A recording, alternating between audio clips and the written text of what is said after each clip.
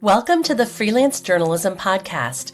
I'm Catherine Reynolds Lewis here today with Erika Hayasaki. Great to see you, Erika. Good to see you, Catherine. And I love this interview with Anita Varma, author of Solidarity Journalism and a professor at UT Austin. What do you think folks will gain from this episode? It was so great to talk to Anita. She is a professor, as I am, and we had a lot in common. But what I really appreciated is that she's created this framework of solidarity journalism, which she details in the book. And she has so much practical advice for journalists, freelancers, students, people thinking about how to bring ethical reporting practices into their work, even if they don't have all the resources to do it.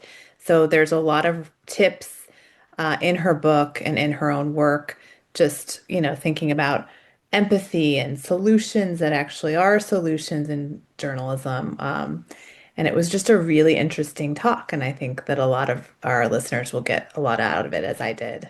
And I love that optimistic framing that, going back in history, so much of this kind of reporting has come out of ethnic press or community media that doesn't have all the money in the world. So it is possible.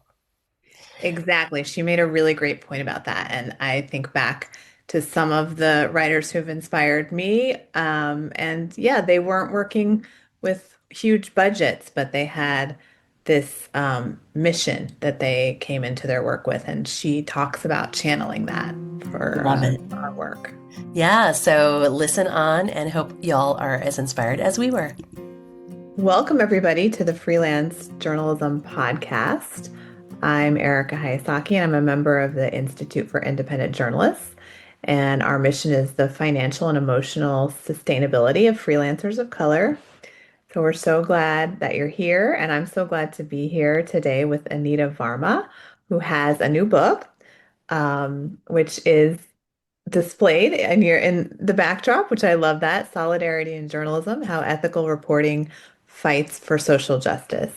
Anita is the author of this book, but also leads the Solidarity Journalism Initiative at UT Austin, where she's an assistant professor focused on media ethics.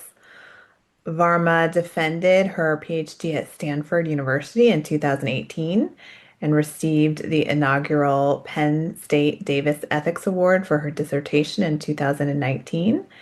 In 2025, she received the International Communication Association Journalism Studies Public Engagement Award in recognition for the public impact of the Solidarity Journalism Framework.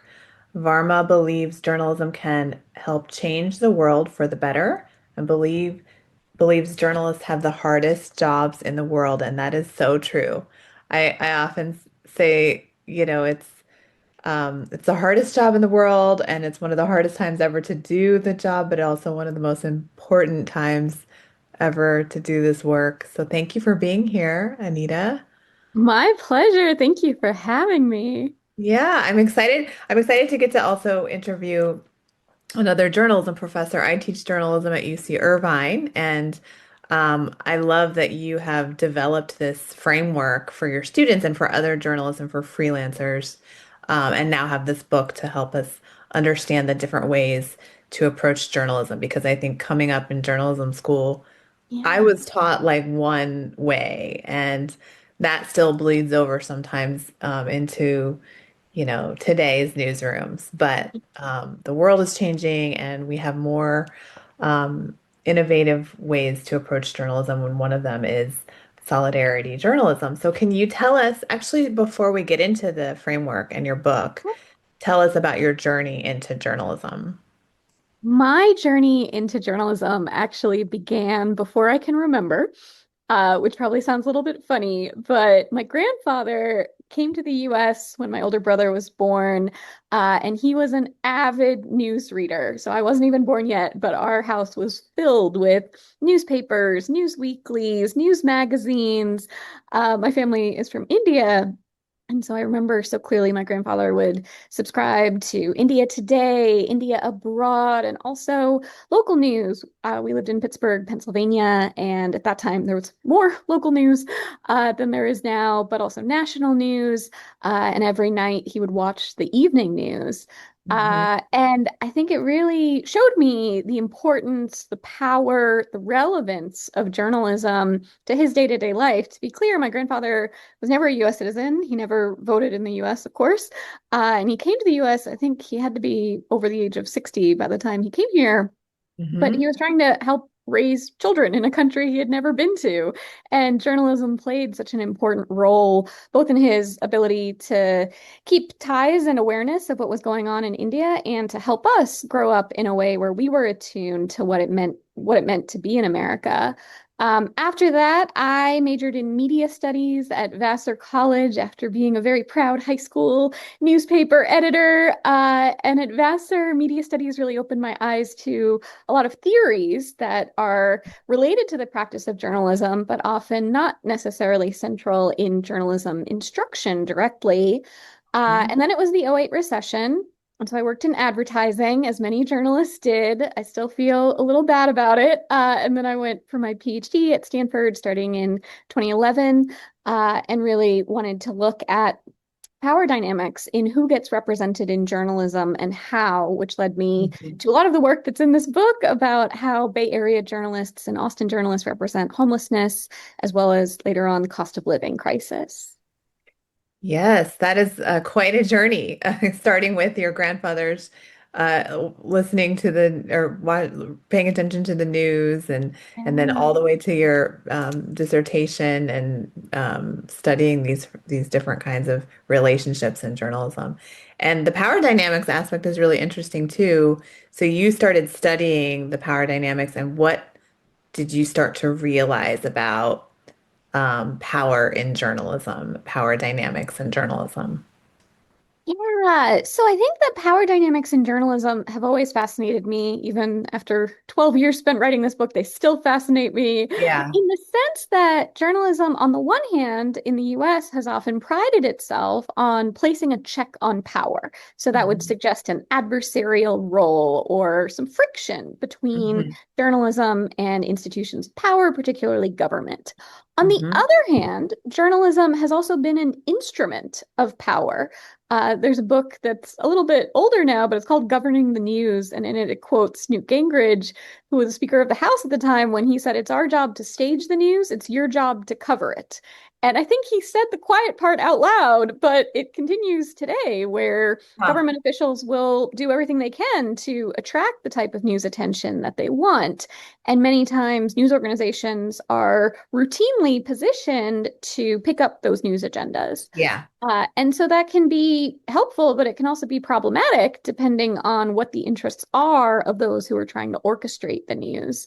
A very Mhm. small subset of journalism in the United States, dating back to 1808, was the earliest example I found, demonstrate this power dynamic known as solidarity, where journalism stands with the people, starting with the most vulnerable people in a society, which is often not aligned with what people in positions of power would prefer to be told and revealed.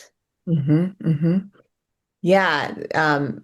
I think about you talk about the government and the media being, an arm that's sort of reporting on what the government does, but the government is doing what it's going to do. And then the mission of holding, people in power accountable. And I also think of systems like policing, for example, or other systems where, there might be reporting based on what is happening in these systems, but then, not always the reporting that's questioning or turning that inside out in a way that's more challenging of it.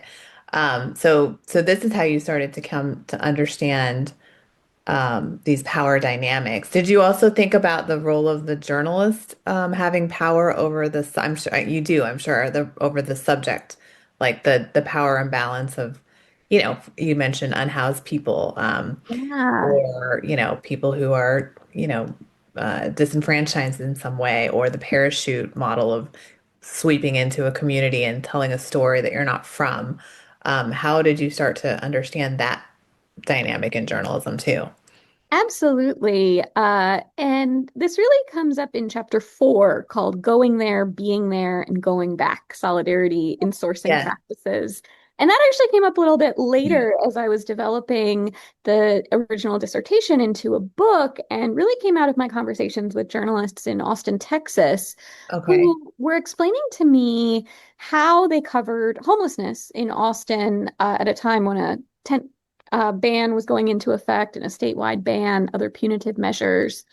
And everything they were saying, they didn't know each other for the most part. They weren't interviewed together, but they kept describing this process that I boiled down to these three practices: physically going to talk to people, spending time Mhm. with them, obviously within the constraints of news production. Some of these were TV reporters who didn't have a lot of time, but they still took the time, and going back after the story ran so that it would not be a one and done. This process surprised me so much because so much of the news literature suggests that there's a real problem with suggesting journalists go into vulnerable communities because they'll parachute in and disappear. But here were these Mhm. journalists who were at a range of different news outlets, for profit, nonprofit, public media, all different types of media: radio, television, digital news, physical newspapers. They were all doing this. And I started to ask them, how did they get the idea to do this? And I remember I quote one of them in the book. She looked at me like I was asking a very odd question. She said, "This wasn't an idea. This was just humanity."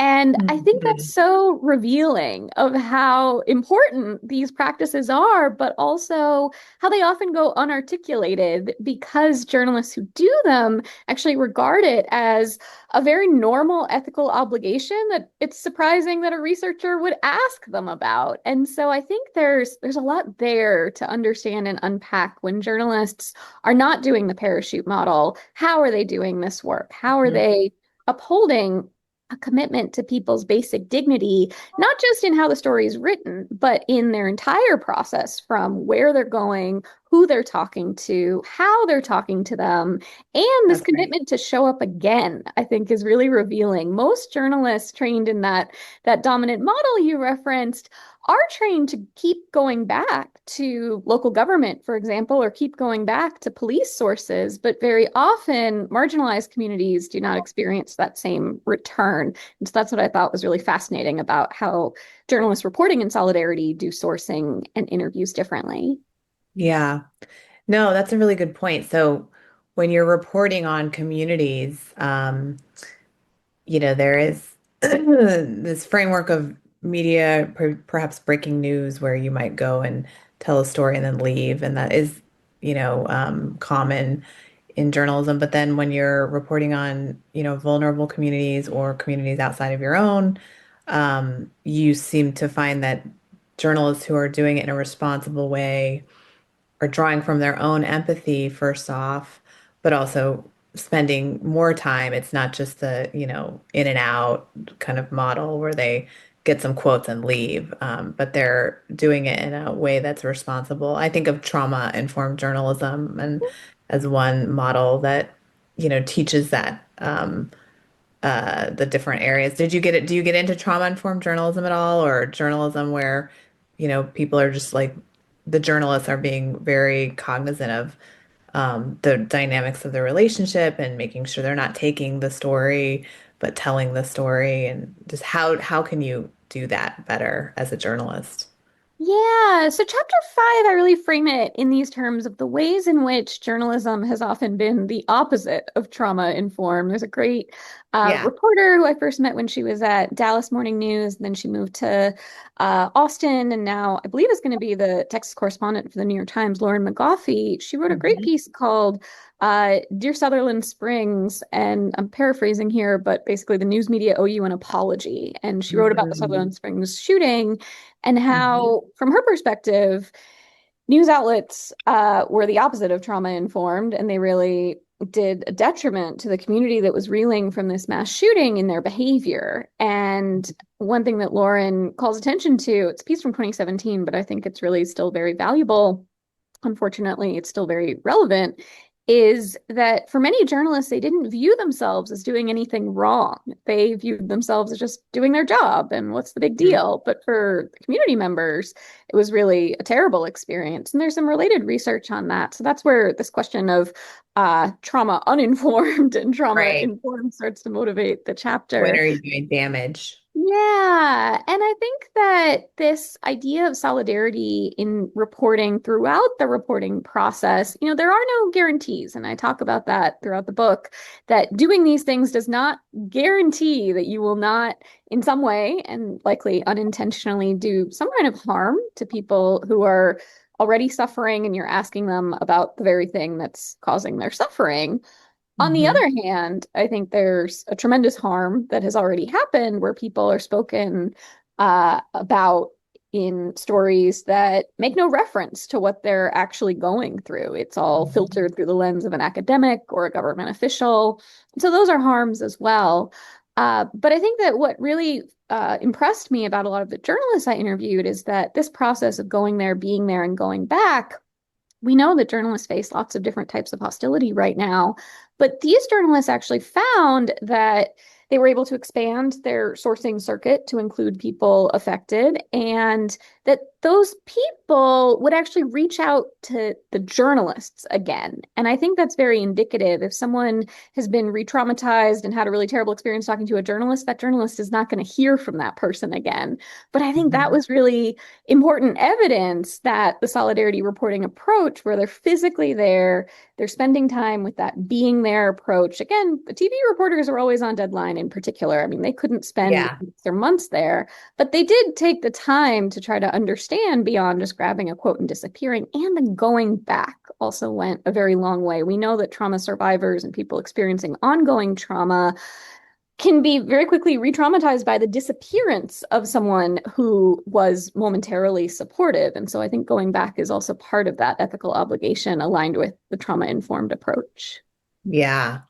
Yeah, I mean, I teach literary journalism, and I think about that as like feature story and long form, feature storytelling and long form, which I appreciate that model. Having come also out of the world of news initially, and now Yeah. doing more long form, just that it gives you more time to Yeah. develop those relationships and go back and capture the nuances and the real human experiences and make sure that the people that you're writing about are okay.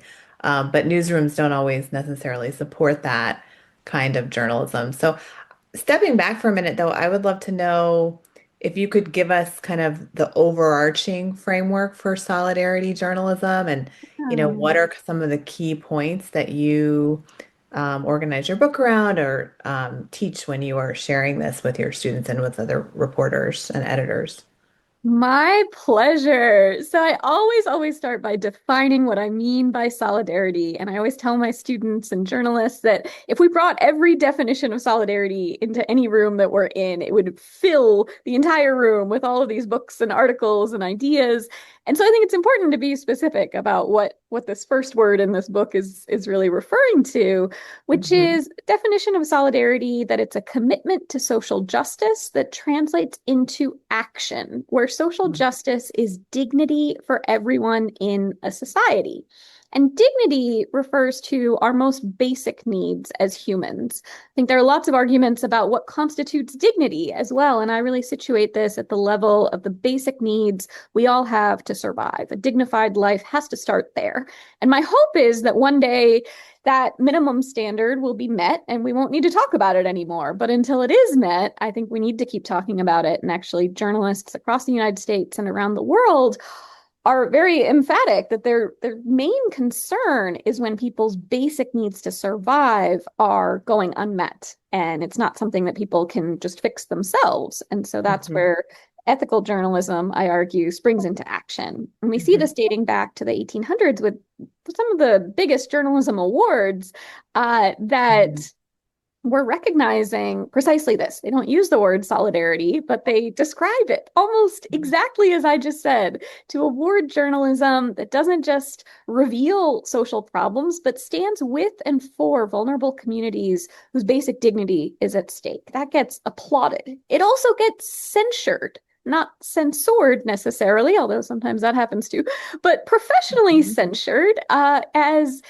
this accusation in the form of a question is part of the second chapter. Is that really journalism or is it advocacy? And I've received this question so many times from academics, from students, from journalists, from editors, from publishers that I decided it Mhm. needed to be a chapter in the book. Yeah. And, my argument is that the question itself is a little bit flawed because all journalism advocates. All journalism advocates by putting forward a proposal for what matters, who matters, where matters. There was a shooting or an attempted shooting at the White House Correspondents' Dinner on Saturday. There's also been gun violence in many parts of the country that's received no news coverage. So to cover the attempted shooting is a decision, and it is Mhm. advocating for public attention on a particular context. Now, that doesn't mean necessarily that journalists are endorsing everything they may quote about that Mhm. event, but it is a decision to render something newsworthy. And so, as soon as that decision is being made, whether that decision is made in solidarity or not, that's advocacy. Advocacy means Yeah. putting forward a proposal. And in this case, it's a public proposal of what matters. So then in the book, I get into making newsworthiness judgments in solidarity. That means it may not involve a politician or a celebrity, but involves people who are struggling to survive, whose struggles are often not acknowledged or validated by people with power. The sourcing, I Mhm. mentioned going there, being there, and going back. Journalists told me very memorably, if you say it, I want to see it. They were not willing to report speculation. They were not willing to just assume that their prior assumptions were what was happening on the ground. They physically went to see what was going on. And finally, narrating stories in solidarity means that instead of looking for one exceptional individual, journalists will actually emphasize the shared conditions, for instance, of housing unaffordability, of the ways in which encampment sweeps leave people with nowhere to go, other struggles for basic needs, including interconnections between housing and food and healthcare. And I think that all of these things come together to create a story that conveys and does more justice to the extent of the issue beyond a particular individual. So instead of looking for what makes people different, solidarity reporting will look for what's shared in common. Now, that Mhm. doesn't mean it's shared in common across all social strata, but looking particularly at the most marginalized people and representing what they're going through, including and perhaps especially when it is not what journalists expect, which I think is very important. None of the journalists in this book went into a story knowing what that story was going to be until they spoke to people. And in the process of speaking to people, they actually changed what the story was going to be about based on what they were hearing more often. And I think I highlight that because sometimes people are concerned, well, is this just opinion mongering? Is this just journalists that are giving their personal opinions without concern for facts? I think it's quite the opposite, that journalists are pursuing, investigating, verifying facts with greater rigor than simply repeating what someone said because they had a podium. Right, right. And when you talk about those different layers, like I think of the um reporting on, the issues as like the kind of social dimension of a story. And there's also the important element of, you know, telling the human story. So is there a way that journalists can balance the, social dimension, the parts that are like the systemic reporting, the issues that we're seeing, the data, and then also telling stories that feel grounded in reality and people that is also done in an ethical way, if that makes Yeah, it absolutely makes sense. And sense. actually, I spent a lot of time on this before there was a book, before there was a dissertation. This contrast that's often drawn in some of the journalism studies research between issues-based reporting versus episodic or event-based Mhm. reporting. And Yeah, the challenge of issues-based reporting is that, and I myself will say this is true for me too, so I'm not judging anyone, but it's very difficult for audiences to stick with the very big sure. picture kind of structural discussions that are often typical of issues-based reporting. On the other hand, as my undergraduate students in ethics of journalism at UT Austin very quickly told me last semester, episodic reporting leaves a lot out. It would Yeah. suggest that there's this isolated incident But what about the bigger context? And I think that's what's Right. so fascinating about solidarity reporting, that it always emphasizes, prioritizes, and at best leads with people. As I also Yes. tell my students and journalists in training, that people is plural for a very important reason, that to establish what's shared in common, that actually is the structural dimension.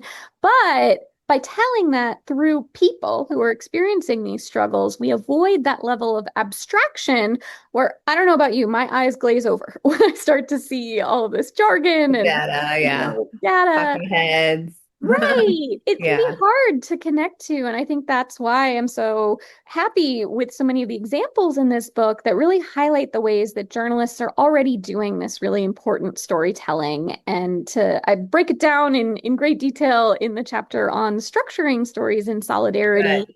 of what exactly they do paragraph by paragraph. And so many of these paragraphs are hearing from the people affected. We also get some of that context, some of that data, but the Mhm. main emphasis of the story is always on the people. And that's what solidarity is. Certainly, we don't want to evacuate the context, but the context, I think, also needs to come from the on the ground reality rather than what I often discourage journalists from doing is when they contact me and ask me for the context. And my answer is, well, how would I know the context, right? You need to Yeah. take the context from the setting that you're covering. If you're covering my university, then maybe I know some context, but I think all too often journalists are turning to academics as if we know better than the people who are living the issue, which, I'll say that on issues placing people's basic survival at stake, academics Yeah. don't know better than the people who are living that issue. Yeah. No, I love that. I mean, I think coming from the like literary journalism background, which also has a long history of exploitation, for example, of communities and like true crime, for example, the Mhm. genre of true crime alone, just episodic, as you call it, the episodic events, the shock Yeah, factor without any kind of context is a model that we've seen over and over again, and even, increasingly in, recent years. But then you're saying you start with the people and the communities, and you let that story blossom from there, and that leads you to what are the systemic issues, which any right. great piece needs to have the balance of the humanity, but also that social dimension, which is like, what are the elements that are important, what are the challenges, and what are the solutions. And that also makes me think about solutions journalism, and I wonder how you think about that in your book and in your work. A lot of historically journalism has been talking about the problems and then leaving them there for Yeah. people to just have that story and then we move on. But how do you think about the role of solutions or what we're supposed to be doing ethically beyond just presenting problems? Yeah. So I think solutions journalism is so fascinating. And I'll say I did one study of it and honestly haven't done more, but I've had a chance to read some of the great studies that have come out since that early work I did, I think 2018 or so, 2019. Mhm. And I think that one thing that Professor Karen McIntyre, who I believe is now at University of Oregon School of Journalism, has talked about is the need for solutions journalism to document solutions that are already working. And one thing that Mm. I was very impressed, I'm always impressed by Professor McIntyre, but very impressed by her critique that sometimes solutions journalism doesn't fulfill that aspect of the framework because the solution does not necessarily have evidence of working already. And Mm. so, if I'm understanding Dr. McIntyre's point correctly, that would suggest it's not necessarily qualified to be solutions journalism. So, why might that happen with some of the articles that I've looked at that are classified as solutions journalism? There are people with podiums and power claiming that it's a solution. So, who might Mm. those folks be? Those are very often executive directors of nonprofits, people in government, and people who are kind of in the space between the two, bridging the two, folks who are doing nonprofit services, but through government contracts, for example. Mhm. And so I think that that tension point is really important, and solidarity reporting could help enrich these claims that definitely came up in San Francisco. There were claims that certain solutions were working really well, but when journalists dug in, 98% of people, for example, who went through a navigation center actually ended up back Mhm. on the street. And so Wow. initially, there was a strong Hmm. narrative to say this is a solution that's working because the folks in Interesting. charge of navigation center say it's working, and so other Right. cities should do it. But where is the evidence of working, and who is providing that evidence? I think that's one thing that Yeah. solidarity reporting helps address by saying, well, we're going to need to talk to the people affected. And actually, it's when journalists did exactly that that there was some uproar about the fact that 98% was the number. The city ultimately did not dispute it, and actually changed leadership on addressing this, because the solution wasn't necessarily Yeah. a solution. The other aspect is that solutions journalism, again, is my understanding that it's focused on what's working for exactly the reason that you said. Oftentimes, journalism is strictly problem oriented. Mhm. But in many cases and in many places, there is not an existing solution that we can point to and say, this is working already. And that doesn't mean that people aren't trying, but in cases where people are still struggling for their basic needs, I might be a little bit of an idealist to believe that if something were working really well, we would see improvement and not the deterioration that we often see around these types of issues. And that I would never blame folks who have been working on solutions for a long time. I think there are real structural impediments. Uh, Yeah. but I think that solidarity reporting provides an approach that doesn't necessarily require a solution that's already working. And instead, in some cases, the suggested solution, excuse me, would come from the people affected. There's an example in the book Yeah. about people who live in RVs. And the issue is that in many streets, it's not legal to park overnight.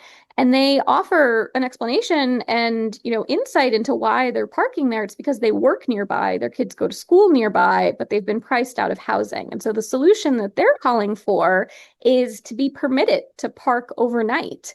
Now, is that a Mhm. solution that's already working?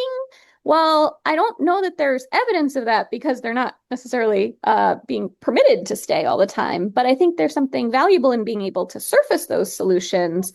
And then once implemented, hopefully solutions journalism could assess that as well.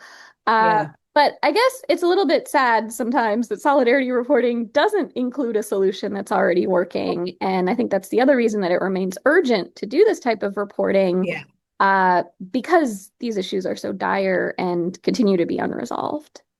Yeah, that's such an interesting point. And it's really interesting that you mentioned, the solutions that are offered maybe aren't actually solutions. There's nothing to prove that they're solving.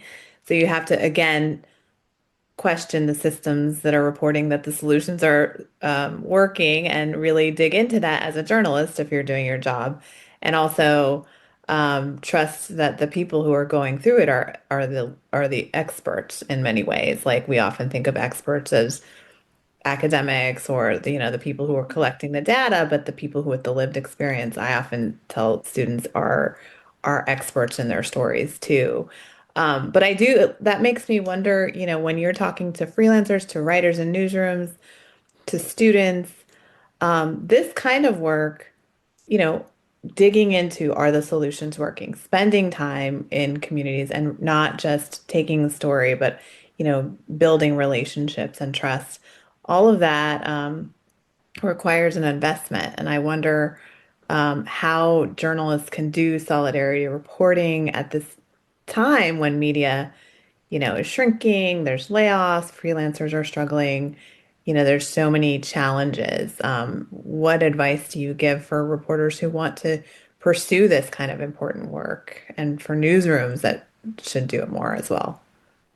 Yeah, thank you so much for that question. So, chapter two is called Is That Really Journalism or Is It Advocacy? And also gets into, on the one hand, this type of journalism gets celebrated, right? The big newsrooms do it, they get Pulitzer Prizes, hooray. On the Right. other hand, there's this whole set of work that has often been defined as not really journalism that came out of where? Mm-hmm. Came out of independent reporting at a time that maybe the term freelancer was less common, but that's effectively what they were doing. Came out of Mm-hmm. the ethnic press, came out of different Yeah. types of community publications, which have never been well resourced. And Yeah. I think that's so revealing that we see this very long history that in some cases has been denied or simply not accounted for in lots of journalism histories.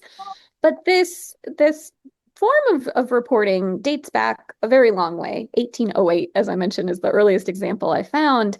And Mm-hmm. I think that's a testament to how how uh, how attainable it is. Because if Mm-hmm. this were something that required, a lot of resources, a lot of time, a lot of training, then Mm-hmm. very likely we wouldn't see such a long-standing practice of solidarity reporting. And so, Mm-hmm. what explains all of these very small, in some cases, 1 to 3 people in newspapers doing this work? Well, it's all about talking to the people affected. And Mm-hmm. talking to the people affected is actually something that is, I would argue, one of the most straightforward forms of journalism. I think gaining access to people in elite spaces may or may not be something that every journalist can do without special credentials or special abilities to be in the room. Other types of data journalism might not be available to all journalists who don't have resources to learn and do that type of reporting. Many types of journalism require very specialized training, but talking to people about their own Yeah. lives is actually the very best thing that journalism has done for hundreds of years. And so I think that sometimes when I talk to freelancers and they're either frustrated or disappointed that they don't have more resources to do more Yeah. intricate forms of reporting, my suggestion is always to go back to the very best of what journalism has been, which is talking to real people about their real struggles and their real lives.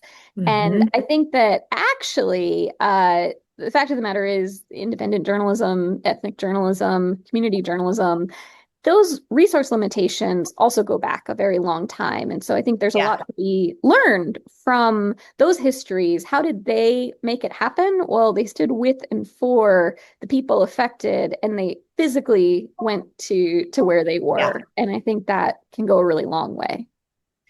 Yeah, it's such a good point. Like I think back to like Langston Hughes even was writing as a journalist for I think it was the Baltimore Afro-American, and doing it with little resources. And Zora Neale Hurston was writing for the ethnic press and, doing these incredible pieces that maybe even have been overlooked in history.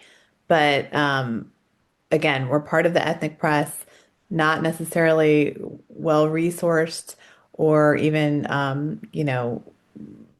celebrated in the history of journalism in the same way, but the work is there and it stands. And also the idea that we have to fly somewhere or spend a lot of money when sometimes the stories are just in your backyard, in your neighborhoods. And that's historically, it seems like journalists have often been told, don't report on the world that you're part of, or and especially you run into this if you're a person of color, if you're reporting on your own community, there's like the idea of can you be objective that has been in the newsrooms. Can a black reporter fairly report on police discrimination against Black residents. And that's been something that has been, you know, an issue actually in newsrooms when it shouldn't be. But as journalists doing solidarity reporting, it sounds like you're opening the door to saying, just walk into your backyard, walk into your community, talk to folks, and do the stories that matter. Are there other pieces of advice that you give journalists who are trying to navigate these kinds of stories and build networks where people understand what solidarity journalism is? Or do you feel like it's something that is lesser understood even now in the media? Oh, yes. There was just a point you made a moment ago that Oh, I know. was I just thinking rambled on a about. lot about No, it. it was great. Just I have as so many thoughts about all the things. I can't. I'm so excited for your book. Oh my goodness. I'm so excited for your question. And so this idea or this accusation, which is in the book in the chapter on is that really journalism or is it Yeah, advocacy? I think it boils down to this question of impartiality. Can we have a right. view from nowhere? And if people who Yes, physically present like you and me are clearly coming from somewhere, then what? And my exactly. question is always, when are we going to see that logic applied to members of the majority? For Yeah, example, when will white male reporters be told you cannot cover a white male person? You can't right. cover white male community members. You can't cover a white male politician. Exactly. That Yes. conversation does not happen. And believe me, I've asked, I've checked, I've pursued examples to see if it ever does. It has not happened in any research that's published, certainly beyond my own. And I think that's very revealing of the Yeah, hypocrisy at hand with this notion that objectivity is somehow only violated if people physically present like, for example, you and me. Objectivity is right. violated immediately when a reporter who's based in New York City covers Wall Street. If the Right. standard for objectivity is that you can't cover what's going on in your own backyard, then there's no way for journalism to proceed. Or we, I suppose, would need to have people parachuting in from other places, and that would somehow be regarded as more reliable when we know that it's not. And Right. so I think that those dimensions also come up in the book. And one reason that I was so determined to write this book that only took me 12 years is this. Oh, It's always sounding like nails on the chalkboard to me when people say either you'll have objective reporting or you'll have subjective opinion. Well, objective mm, reporting is not actually objectivity achieved because journalists are inevitably, I argue, advocating. And generally speaking, they're advocating for the status quo, for people in yeah. power to remain in power, for people with visibility to retain their visibility, and for people who are not visible and not considered to stay in their place, quote unquote.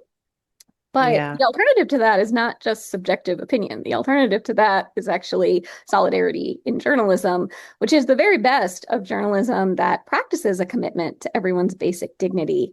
I must apologize. You asked a question after that, which I didn't catch. Could you ask Yeah, it no, again? again, I mean, I'm thinking about what you're saying, and also, challenge the omniscient, point of God view.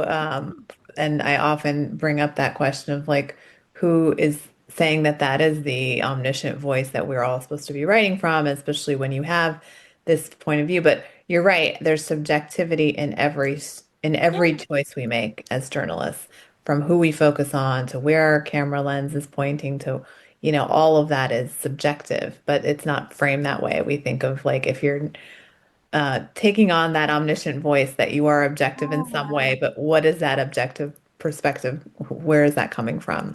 It's such a good conversation, which I'm sure you get into more in your book. But I think what I asked you before was just for people wanting to do more of this, how can they build their skill set? How can they start to use this as a framework to move forward in their own careers and recognize that this is what I'm doing? How do they start to build connections with each other so that there's support even when there's not necessarily the institutional support happening? Ah, that's a great question. So I have a website for the Solidarity Journalism Initiative where we try to develop supportive free resources for journalists, especially freelance and independent journalists who may not have access to formal journalism training or even journalism conferences. And we recently started a new sub area called Dangerous Solidarity to address the dangers that journalists face worldwide Mhm. when doing this type of reporting and how to navigate those, particularly for source safety as well as journalist safety. And this idea of solidarity among journalists. How do we stand together when under attack for doing this type of truthful reporting? I think that the best advice I've ever heard for how to do solidarity reporting, unfortunately, did not come from me. It came from a journalist I respect so much named Andre Nata. And he said to be there before you need to be there. And I think that's so fantastic as an Yeah. explanation of what it means to show up.